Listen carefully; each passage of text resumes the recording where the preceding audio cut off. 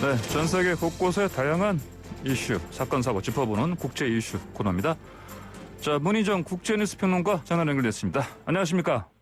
네, 안녕하세요. 예, 그 미얀마 군부 쿠데타 이후에 반대 시위 계속 이어지고 있는데 사망자가 계속 늘고 있네요, 보니까. 네, 그렇습니다. 지난달 1일 문민정부의 총선을 일방적으로 부정선거라고 규정하고 쿠데타에 나선 미얀마 군부 정권, 또 이에 반대하는 미얀마 시민들의 시위가 둘에 이어지고 있는 상황인데요. 예. 지난 토요일 이후 단 3일 동안 100명이 넘는 시민들이 군경의 유혈 진압에 의해 사망했습니다.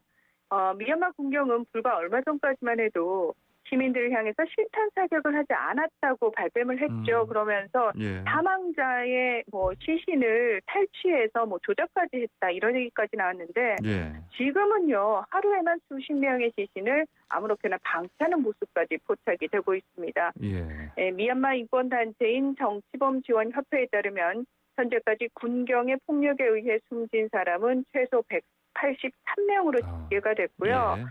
체포되거나 구금된 사람은 2,100명 이상일 것으로 알려졌습니다. 그런데 계속 말씀을 드리고 있습니다만 이렇게 집계된 수보다 사실은 비공식적으로 집계되지 않은 숫자가 훨씬 많을 것이라는 게 현지에서도 나오는 얘기입니다. 예. 이 시위대 진압에 경찰을 앞세운 군부는 대도시를 중심으로 이 휴대전화와 인터넷을 차단하면서 비상 계엄령을 선포한 상태고요. 예. 또 군부의 강경 진압 명령을 거부한 경찰과 소방관들 중 일부는 난민들과 함께 인근 국가인 인도로 탈출하고 있다라는 소식도 전해지고 있습니다.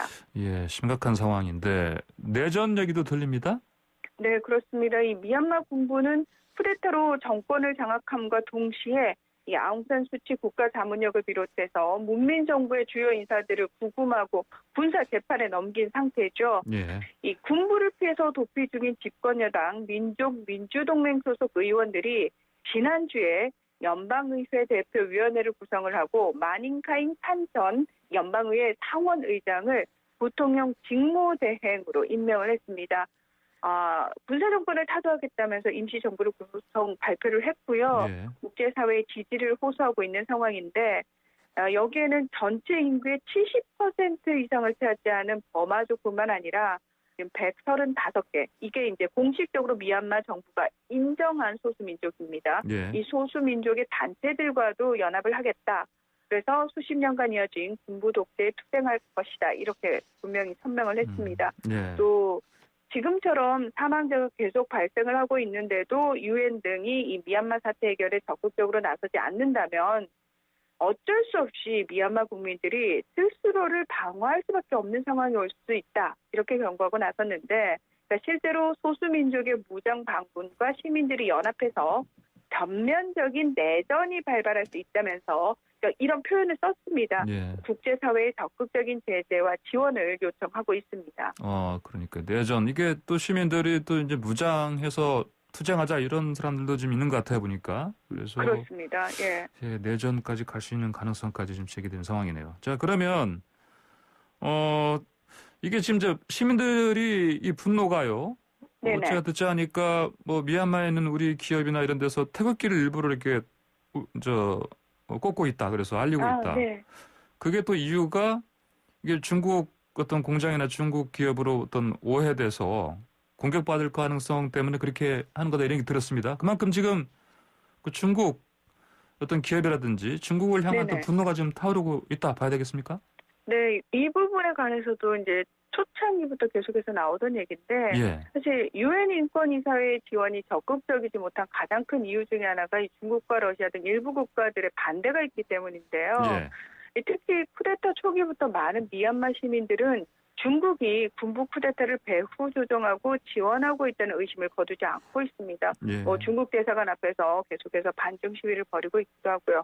그런데 지난 15일 중국 관영 매체들이 중국은 거의 관영 매체밖에 없습니다만 관영 매체들이 중국 자본이 투입된 합작 기업이라든지 중국인 소유의 공장들이 공격을 받아서 32곳이 불에 타고 420억 원의 피해를 봤다. 이런 보도를 일제히 내놨습니다. 그러면서 이번 공격은 조직적, 계획적으로 진행이 됐다면서 서방의 일부 반중국 세력과 홍콩 분리주의자의 영향을 받은 현지 주민들의 소행일 가능성이 높다고 주장을 했습니다. 그렇군요. 중국 관영 매체 보도라고 말씀하시는데. 네네. 근데 시민들은 이 보도 내용 당연히 받아들이지 못하겠죠?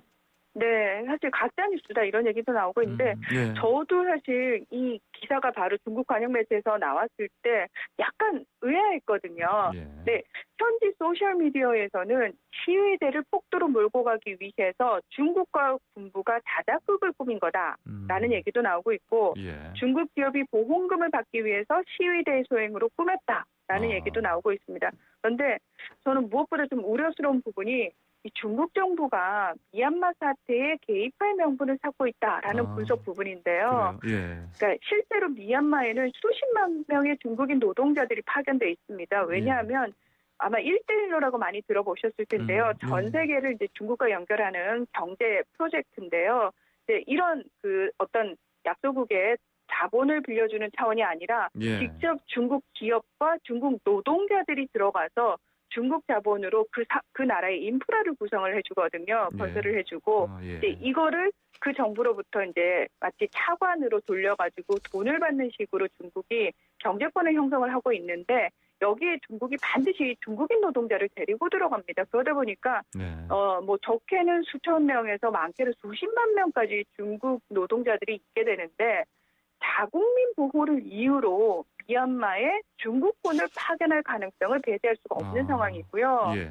중국 정부 측은 일단은 이 관련자들에 대한 엄벌과 함께 미얀마 내 중국 기업과 중국인들의 생명과 재산을 보장해 줄 것을 미얀마 군부에 공식적으로 촉구한 상태인데 문제는 본인들이 요구한 수준의 어떤 보호가 이루어지지 않는다라고 판단됐을 때 중국 정부가 과연 어떤 행동을 할 것인지 이 부분을 좀 지켜봐야 된다는 겁니다. 예, 알겠습니다. 자, 이번엔 영국으로 좀 가볼까요? 현직 런던 근교에서 경찰이 여성을 살해했다. 네네. 이런 사건인데 보니까. 네, 어떤 내용입니까? 지난 3일에 영국 런던에서 귀가 중이던 한 여성이 실종됐는데요. 일주일 뒤에 숨진 채 발견이 됐고 충격적이게도 런던 정부 청사를 경비하고 있는 현직 경찰관이 납치 및 살해 용의자로 체포가 됐습니다. 이 현직 경찰관에 의해 저질러진 범죄라는 사실에 시민들은 더 크게 분노를 했는데요. 그러니까 여기에다 일부 경찰이 여성들이 밤늦게 외출을 하니까 이런 피해를 당하지라는 식의 피해자에게 책임을 전가하는 듯한 발언을 한 것이 알려지면서 가뜩이나 성인한 민심에 기름을 붓는 격이 됐습니다. 여성 단체들은 살해된 피해자를 추모하고 경찰의 적절치 못한 대응을 비판하는 집회를 열었는데 경찰이 코로나19 방역을 이유로 추모 집회에 대한 강제 해산을 시도를 하는데 이 과정에서 4명을 체포를 했거든요. 근데 수갑을 채우면서 땅에 넘어뜨리고 이렇게 과잉 대응을 하는 장면이 또 소셜미디어에 퍼졌습니다. 코로나19의 확산을 막기 위한 어쩔 수 없는 조치였다라는 경찰의 해명에도 불구하고 지금 영국 총리와 정치인을 포함해서 영국 전역에서 경찰의 대응을 비판하는 목소리가 점점 더 커지고 있는 상황입니다. 알겠습니다. 자, 이번에는 쿼드 정상회의 처음으로 개최됐다고 좀 들었습니다. 어떤 얘기 나왔습니까?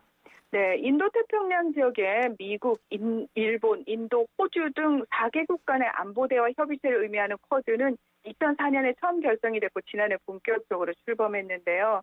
간단히 말하면 중국을 견제하기 위해서 미국이 주도적으로 이끌고 있는 정치, 군사적 협력 모임이라고 할 수 있습니다. 일명 아시아판 나토라고 얘기를 하죠. 그동안은 4개국의 외무장관들이 모여서 회의를 해왔고 지난 12일 처음으로 정상회의급으로 격상이 돼서 화상회의가 열렸는데요. 공동 성명을 통해서 코로나19 백신 공급과 대응, 또 기후변화 대처, 사이버 분야와 핵심 기술에서의 협력, 북한 비핵화 등을 설명했습니다. 예, 알겠습니다. 자, 오늘 말씀 여기까지 듣겠습니다. 감사합니다.